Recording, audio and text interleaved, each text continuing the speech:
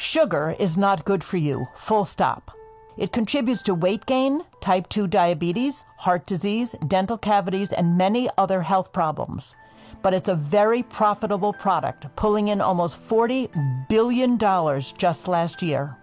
So over the years, the sugar industry has been busy trying to play down its harms and, it seems, promoting ideas that were not entirely based on scientific fact. A recent article published in Environmental Health examined records dating as far back as the 1930s and found evidence that the sugar industry used manipulation tactics to downplay sugar's health harms and promote fluoride as a safe solution to tooth decay. Doug and I had a chance to speak to the author of that article, Chris Neurath, who serves as the research director of the Fluoride Action Network and the American Environmental Health Studies Project. We began our conversation talking about why most people have never heard about this. Here's our conversation with Chris Neurath.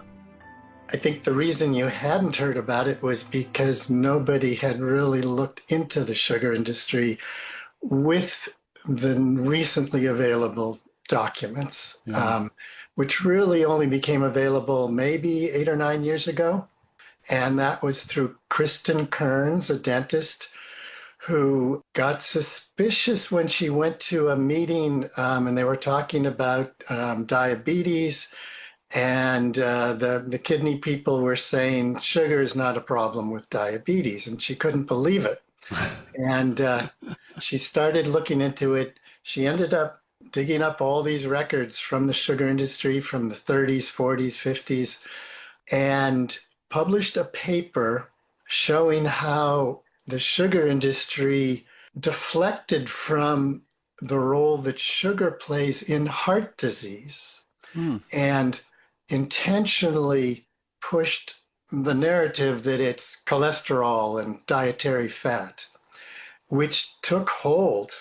And only very recently is it being acknowledged that sugar does play a role. And basically, there was one champion, a Dr. Ansel Keys, who championed the dietary fat theory starting in the 50s. And he was funded by the sugar industry secretly. Most of his work, he never revealed that the sugar industry was paying for his work. And so some of the documents she uncovered were, letters, memos that were never, they were all confidential, of the Sugar Industry Foundation mostly, talking about, this will help us and that sort of stuff. Anyways, when I saw that, it sparked my interest in, I wonder, people have always been suspicious that the sugar industry may have played a role in promoting fluoridation for the obvious reason that, I don't know if it's a belief, but it's sometimes stated outright that, hey, if you have fluoride, you don't have to worry anymore. That's right. It is like the silver bullet against cavities. Go ahead, keep eating your candy, sugary desserts, everything else, sugary cereals. So this was a conscious pattern by the sugar industry. This didn't just happen by accident. This was that's what effort, the evidence. Right? The evidence shows it was intentional, and the strongest evidence comes from letters and memos and internal documents of what's called the Sugar Research Foundation, which was started in 1942, and fluoridation had not started yet. And the most incriminating documents are between the science director, his name is Robert Hockett, he was a chemist from MIT, and their PR person, and actually several PR people. And the PR people ended up being the exact same people who led the cigarette industry campaign to defend themselves about 10 years later when the link to lung cancer first was being publicly discussed. Yeah. And the cigarette industry started the Tobacco Research Industry Committee, which was almost patterned after the Sugar Research Foundation. And they hired Robert Hockett, who had been the director of the sugar, to be their assistant science director. And what's amazing is his resume letter, his cover letter for his resume, which he sent to them the same day he saw the ad that they were looking for somebody to help with this project. And it was done by Hill and Knowlton, Right. one of the biggest Madison Avenue PR firms that, of course, cigarette industry and many other industries making bad things use. And in that cover letter, he says, my 10 years of experience defending sugar from claims that it, increases obesity, diabetes, heart disease, tooth decay, put me in a great position. I have the experience. We got science, to help with us. We funded scientists. I spoke at doctors and wrote articles. And basically he says, we did such a great job defending sugar. Yeah. That I'm the perfect person. And we know how to do hired this, him, right? and he stayed with them for 30 years and was one of the main tobacco defenders. Wow. So getting back to the sugar industry, how did they get the word out to the dental profession and get them all on board about fluoride? There's this amazing memo from, I think it's 1944 or 45. And again, this is before fluoridation had ever started. It's a memo from his PR person, sort of his sidekick. His name is Weiss Mork, who had previously been the PR consultant for the American Dental Association. And his father was a prominent dentist in New York City. And he was a PR person, and his beginning of his career was working for the American Dental Association. And there's this letter between him and Robert Hockett, the director of the Sugar Research Foundation, saying, we have debated the tooth decay issue at length. We have, this has been our trickiest thing, because everybody knew that sugar is going to cause cavities, eating a lot of sugar. That was something they had a very hard time denying. And they said, we have worked on this and worked, all these angles, but finally, I think we've got the right angle. We've got the right message. Fluorine is it. Wow. Okay. Wow. Soon after this memo saying, they'd thought long and hard about it, fluorine is it, they started acting on that. And one of the most amazing things was Weiss Mork organized a symposium in New York City that was attended by 1,000 people, mostly dentists, about fluoridation. Now, again, this is before there was any fluoridation. Okay. And he got all the top dental people who were at that point starting to talk about fluoride and fluoridation as a possibility, and who would go on to be the main promoters of fluoridation for the next several decades. And the Sugar Research Foundation paid for this symposium, but that was never mentioned. Nobody knew it. Nobody knew it was the Sugar Research Foundation that was funding this symposium. Furthermore, it was put on by the New York State Oral Pathology Group that his father was a prominent member of. So that was, presumably how he got that going. The proceedings, which is, 100 pages or so, of basically a transcript of each of the presentations, was printed up into a book and sent to 100,000 dentists and public health officials throughout the United States at no cost, and never a mention that this was funded by the sugar industry. So, Chris, fluoride is a toxic byproduct, and it's a real liability for lots of other industries. I'm guessing that they were also behind this effort to identify fluoride as a health solution. Is that right?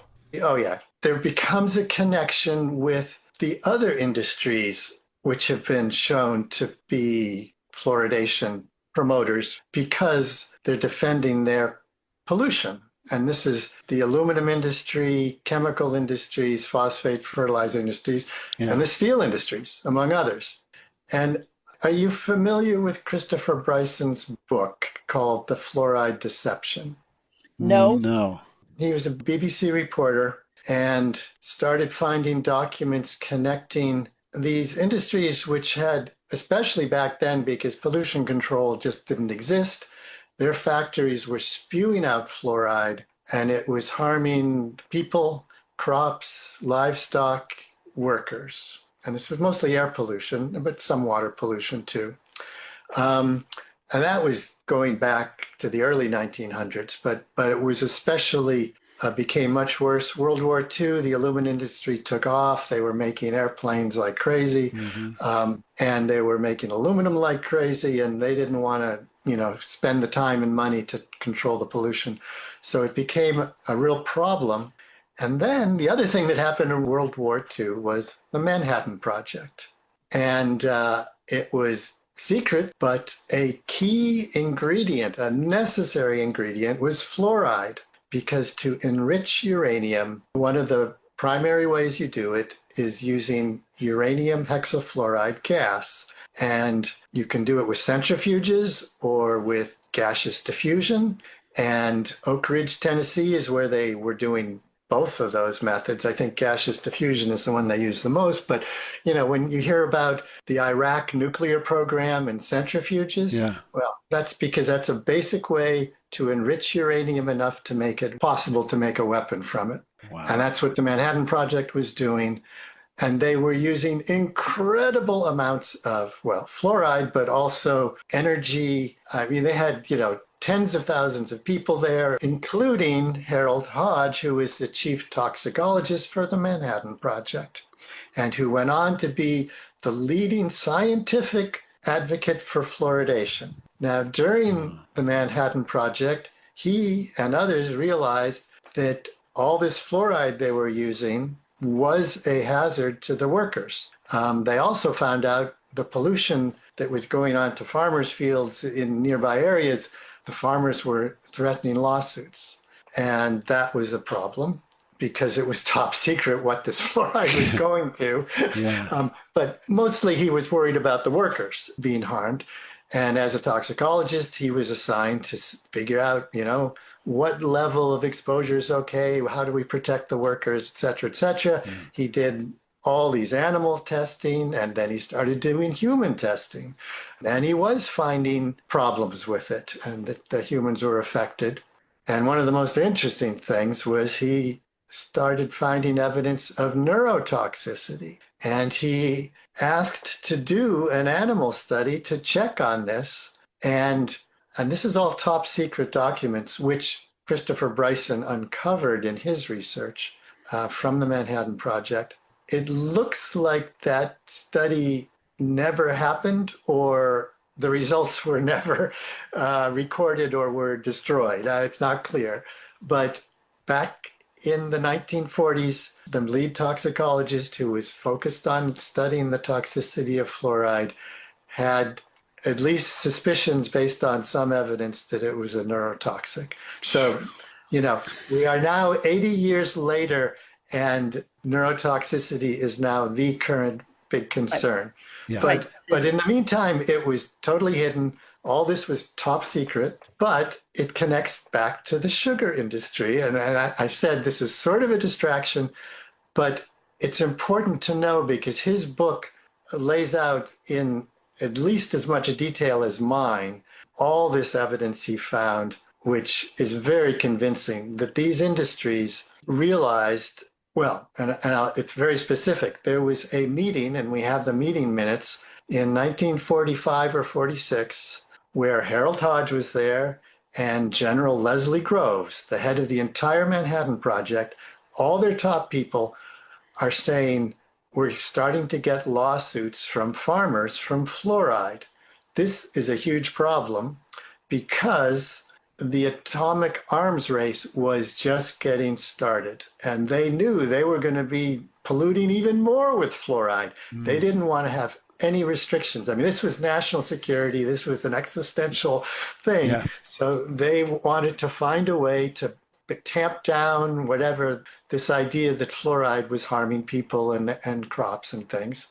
And Harold Hodge pipes up and in this meeting and says, if we promoted this idea that fluoridation prevents tooth decay, that could be a good way to, and this is more in lines of the PR aspect, selling the public, and he suggested it, and he went on and did that.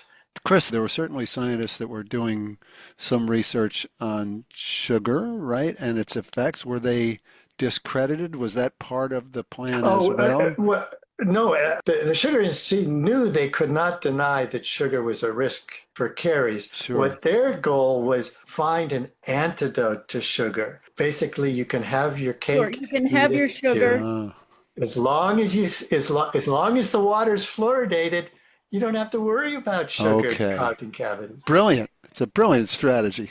I want to fast forward to 2025, where if you Google, fluoridation and major public health achievement, both the CDC, the NIH, they're all saying community water fluoridation, one of CDC's top great public health achievements of the 20th century. They're still saying it, all of these organizations and these agencies. And so this is what people get about fluoride. They don't hear anything about what you're talking about. No, and as far as this early history, it's because nobody knew. Nobody had ever looked and found these things. But these documents have only been available for 10 years, or maybe less, a lot of them. Just to complete the circle, I'm gonna go back to these symposiums and the Manhattan Project and the sugar industry. Yeah. Just because it's such a bizarre twist. And again, this is the early history. As far as currently, yeah, by the 50s, the ADA and the Public Health Service and all those CDC, they had become fully on board. And ever since then, they have been the champions. And these industries, sugar, chemical, aluminum, they haven't had to do anything. Yeah. They stay behind the scenes. They keep themselves hidden, and that's always been the plan.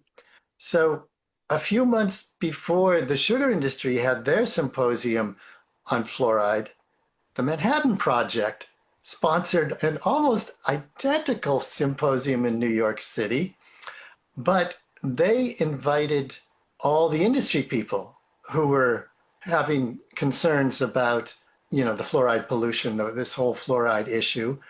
And they never told them it was being sponsored by the Manhattan Project. Basically, it was a front group was the U.S. Public Health Service. And there's all the documents showing that they were the sponsors of this, but they only invited, the industry doctors, the industry medical people, the heads of these industries, all these polluting industries. And almost all the talk was, about occupational disease from fluoride and trying to set, well, what is the limit we should have for the air exposures and things like that. And at the end, they had a little committee meeting, of their own people, and they set an interim one, which is what the Manhattan Project used. And they were consciously saying, we've got to make this so that we can still do the work that has to be done. We can't set this so protective that it shuts down our operations or it costs us too much time and money. Chris, I actually heard once that there was a connection between sugar and cigarettes. Can you talk a little bit about that? I mean, is that really true? Modern cigarettes developed around the turn of the century depend on sugar. It makes, apparently, I'm not a smoker, but apparently it makes the smoke more alkaline, which is much easier on the throat and lungs. Without the sugar altering the chemistry of the smoke, it is way too acrid, acidic, whatever, and you do not inhale the smoke. And by the 30s or 40s, in the tobacco industry and in the sugar industry, it was known that this was necessary so that the smoke you could inhale, the inhaled smoke gave a much more potent nicotine hit, making them more addictive. Now, it also makes them more carcinogenic. Cigarettes, have been linked to lung cancer, incredibly strong link. So the epidemic of lung cancer, heart disease that modern cigarettes have caused wouldn't happen without sugar. The sugar industry and the tobacco industry were well aware of that. Wow. And there's an amazing book called Golden Holocaust, which reveals all of this and much, much more. The tobacco industry, the sugar industry, the Manhattan Project, all these other chemical industries, they're terrible. But the tobacco industry, takes it even further. Unbelievable. So how do you feel about the future here? I know that you are hoping that your article will get more people to question the science around this. Are you hopeful for the future? Yes, but speaking of the future, we focused on the beginnings of fluoridation, where I think the sugar industry played the largest, most important role. Fluoridation might have happened without them pushing. I mean, the dentists loved the idea that there was something that was a magic bullet. Mm-hmm. The sugar industry is still promoting, but more actually, these days defending fluoridation. And they're doing it through, a different way, because the biggest threat to fluoridation right now is the neurotoxicity. So it continues through the present day, and I wanted to expose that. I'm hoping people will recognize this isn't just the obesity epidemic, diabetes, and heart disease, which are the chronic disease epidemics, which many people on all sides totally agree with that. Sugar plays a huge role, and a big reason sugar plays a role is because the sugar industry profits from it. And the same thing goes with fluoridation, but I'm hoping people will become more aware of how moneyed interests are causing these public health threats, basically. Chris Neurath, Research Director of the Fluoride Action Network and the American Environmental Health Studies Project, talking about the sugar industry's long and successful campaign to promote fluoride and play down the harms of sugar. You can find links to Chris's article and all of our news items on our program website, greenstreetnews.org, where you can also find our contact information if you have a question or comment about the show. We'd love to hear from you. That's going to do it for this edition of Green Street. Patty and I will be back next week with another edition of the show. Thanks for listening.